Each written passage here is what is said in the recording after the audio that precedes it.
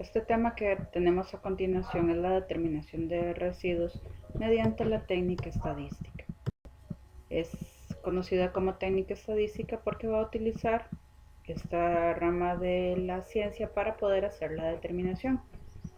Así entonces se va a tener un universo de muestreo sobre el cual se hacen muestreos representativos, que son los que permiten al final reducir el tamaño de sitios a tomar muestras. La técnica de selección de muestra puede variar según lo que se quiera trabajar o los recursos que se tengan. Una de ellas, la más utilizada, es la técnica del azar, que vamos a ver posteriormente.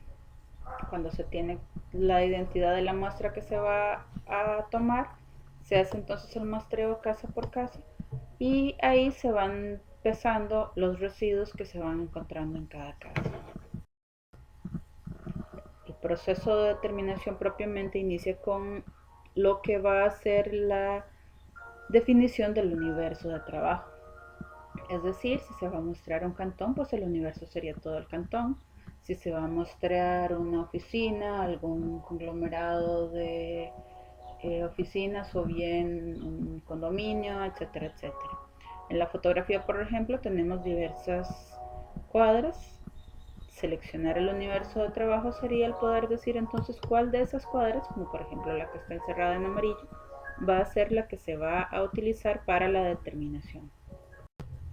Una vez que se define esto, entonces va a tomarse un mapa del sitio de estudio y con el mapa, como el que tenemos a continuación, se va numerando uno a uno los terrenos que se tienen. Aquí podemos ir numerando, por ejemplo, uno a uno los techos, o si tenemos un mapa por cuadros en los cuales se representa un cuadro equivalente a un terreno, entonces se va numerando cuadro por cuadro.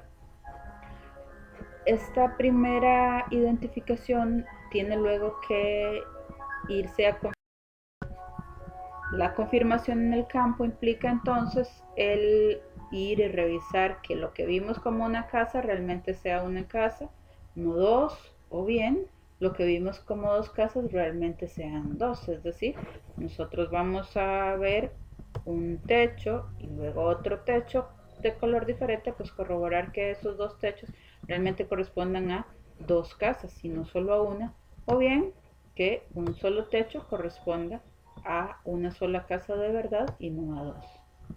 Este proceso le vamos a llamar confirmación en el campo. Cuando ya tenemos esta confirmación, vamos a conocer entonces el total de la población.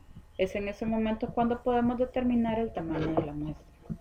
El tamaño de la muestra lo podemos determinar mediante una metodología propuesta en el libro Metodología de la Investigación de Roberto Hernández Sampieri y otros, y la más reciente versión publicada en el 2010.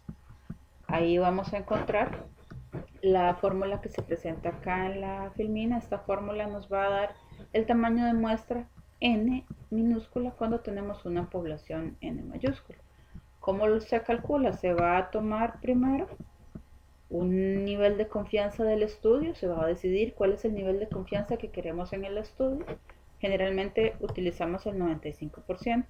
Y una vez que se decide ese nivel de confianza, se ve en la distribución Z cuál es el valor. El valor para un 95% de Z es de 1,96. Es este valor entonces el que me voy a traer a la fórmula para poder hacer la determinación del tamaño de muestra. Lo que sigue sería el determinar cuál población es probable que se seleccione y cuál población es probable que no se seleccione. Tenemos entonces como P la población probable que se seleccione y como Q la que no se seleccione. Esto pues implica que P más Q va a ser igual a 1, que es la población total que se va a tener, o la probabilidad total que se puede tener. Perdón. Si asignamos entonces, por ejemplo, a P.75, podemos entonces traérnoslo a la fórmula y el correspondiente Q sería de 0.25.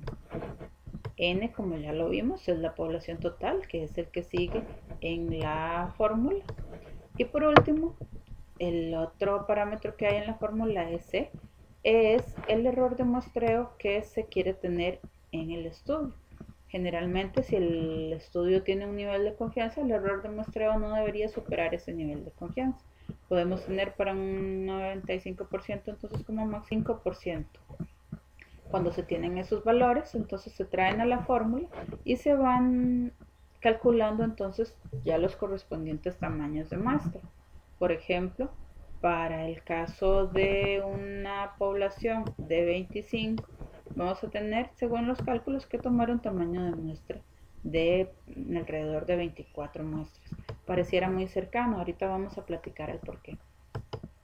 Luego, para un cálculo con una muestra pues bastante mayor, vamos a ver que el tamaño de muestra que se tiene es entonces también obtenido mediante la misma fórmula. Aquí vemos que las diferencias son ya un poco menores, entonces si tomábamos 25, pues muestrear casi 24 pareciera bastante diferente de si tomamos 500 como universo y muestreamos 218. Acá lo que nos quiere decir la estadística es que cuando tengo una población pequeña, pues debo tomar toda la población. La estadística es una ciencia que funciona para poblaciones grandes, cuando se debe tomar un muestreo para poder trabajar. Si la población es pequeña, no tengo que tomar o no tengo que hacer un muestreo. Eso implicaría trabajar con toda la población. ¿Cómo se hace la selección ahora de cuál casa se va a muestrear o cuál oficina o demás? Entonces puede hacerse mediante, como habíamos hablado, la técnica de números al azar. Por ejemplo, si utilizamos una calculadora como esta o toda calculadora en general, va a tener una función como la que se observa, el random en inglés. Esta función es la generación de números al azar y eso me va a generar, en general lo presentan como números con decimales como el que se tiene acá, y esos números son los números generados al azar. Si yo tengo, como en el ejemplo que hemos estado viendo, apenas 25 casas, 146 sería un número que sobrepasa considerablemente. Entonces, ¿qué hago? Yo voy a decidir a la hora de tener los números al azar si voy a tomar los dos primeros números o los dos últimos números para hacer la selección de muestra. Cualesquiera que yo decida, lo que tengo que hacer es tomar siempre los mismos. Si decido tomar acá los dos primeros, en el siguiente número tomaré también de los dos primeros. Y si decido tomar los dos últimos, en el siguiente número tomaré también los dos últimos. Entonces, si tomo los últimos, como en este caso, pues vamos a tomar los últimos siempre. Y así vamos a ir obteniendo los números de muestra. Vemos acá que los dos primeros casos que tomamos son números que sobrepasan el número total de muestras que se tiene. Esos números pues no los utilizo, sigo determinando números al azar hasta obtener números que pueda trabajar, como en este caso el 10 ya sí va a representar un número de casa que yo voy a tener dentro de mi universo. Y posteriormente pues sigo muestreando. Vamos a tener el caso, por ejemplo, como este, que se nos van a repetir números. 10 y 10 nos implica que yo tengo que muestrear dos veces la casa 10. Hago lo mismo que los números superiores. Los voy a obviar y voy a seguir con la determinación hasta que pueda obtener todas las casas diferentes que mostrar y el número de casas según el tamaño de muestra que había seleccionado previamente. Otra actividad que tenemos que hacer luego es entonces ir a identificar esas casas, marcarlas en nuestro mapa, porque así entonces ya vamos a tener la posibilidad luego de trazarnos rutas de trabajo. Ya yo sé cuáles casas voy a mostrar. En una misma ruta pues voy a ir a mostrar las que estén cercanas. Y voy generando así rutas para poder acelerar luego los trabajos. Ya yo tengo seleccionado la muestra al azar. La forma en que lo haga ya va a ser sencillamente parte de mi estudio, de mi operación de trabajo. Tenemos otro método para determinar la identidad de la muestra mediante la técnica al azar con un software como lo sería por ejemplo el Excel. El Excel tiene dentro de sus funciones matemáticas una función aleatorio o una función aleatorio entre. La función aleatorio me va a generar números al azar, al igual que el caso anterior.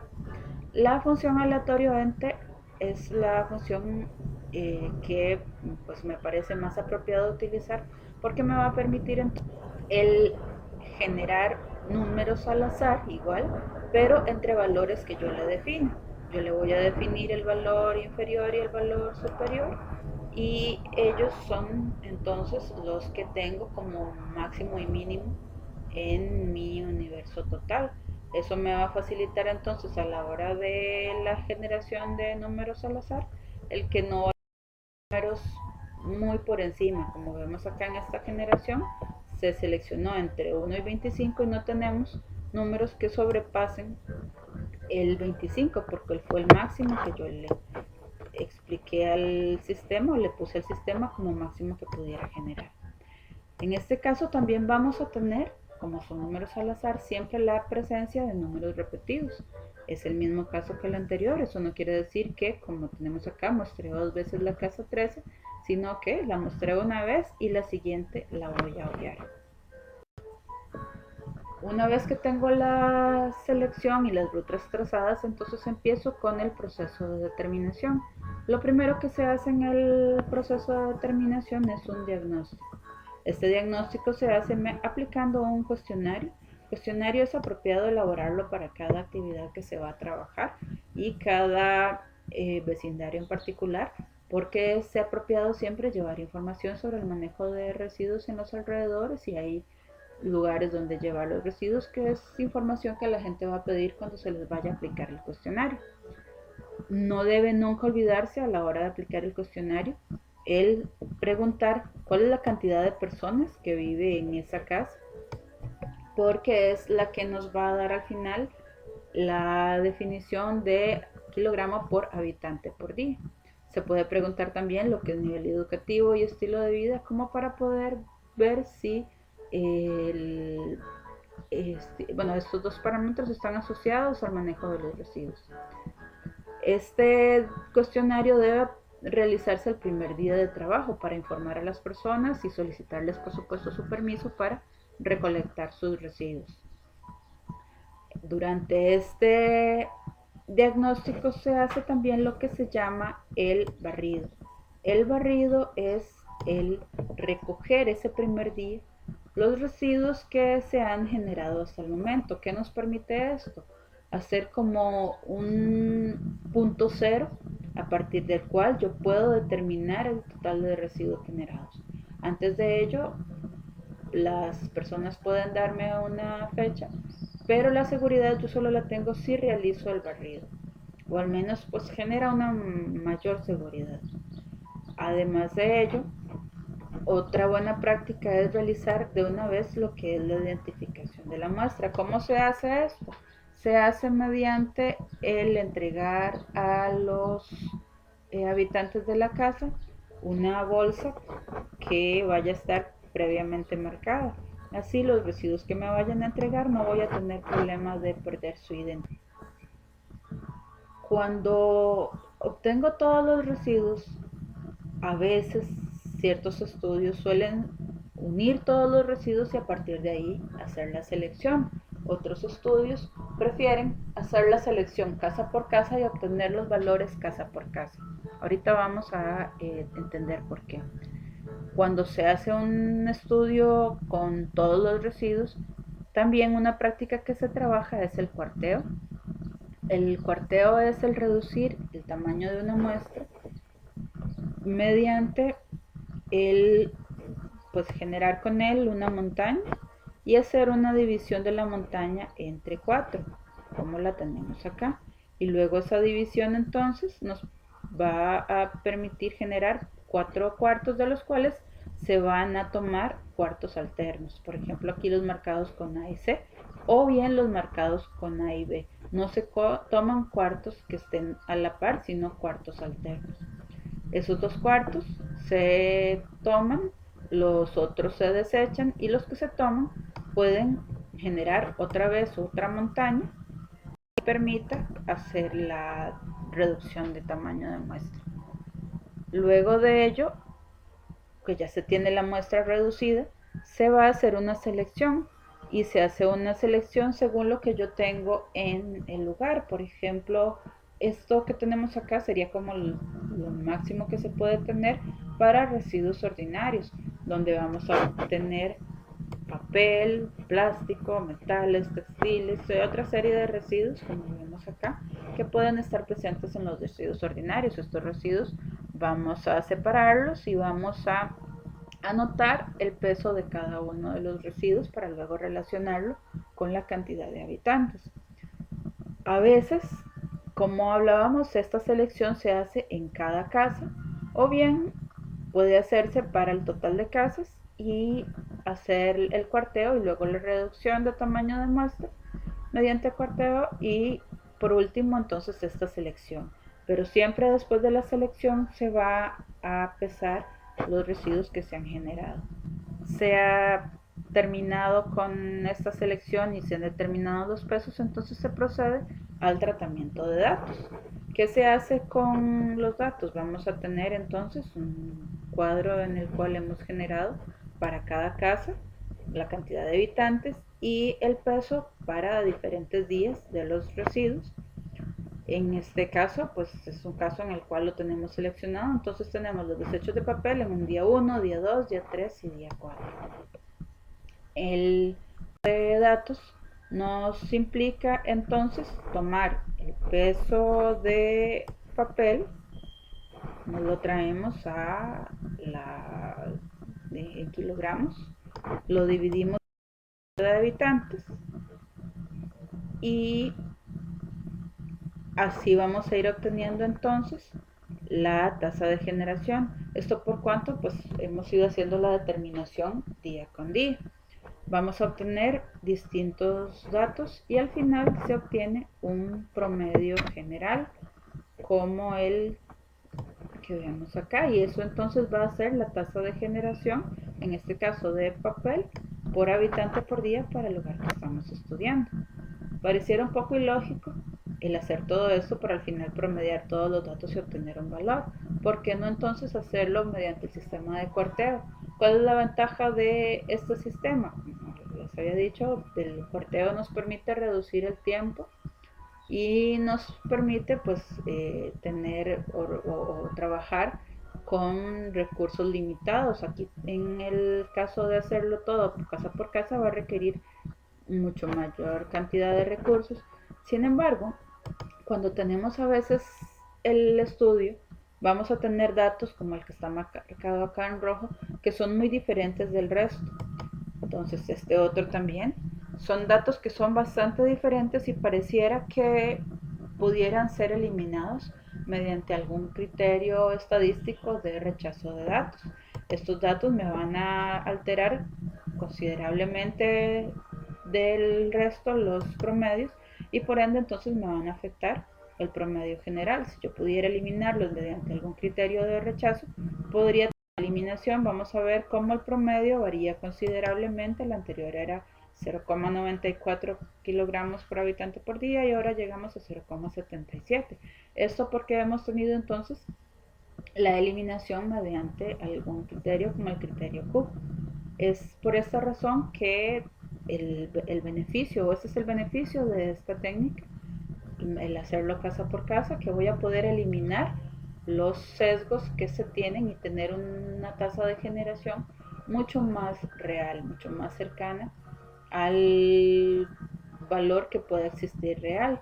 En el otro caso, lo que tengo, en el caso del tomar toda la muestra y hacer el corteo, lo que puedo tener con ello es que los recursos van a ser más optimizados y voy a tener entonces una mejor posibilidad del manejo de recursos.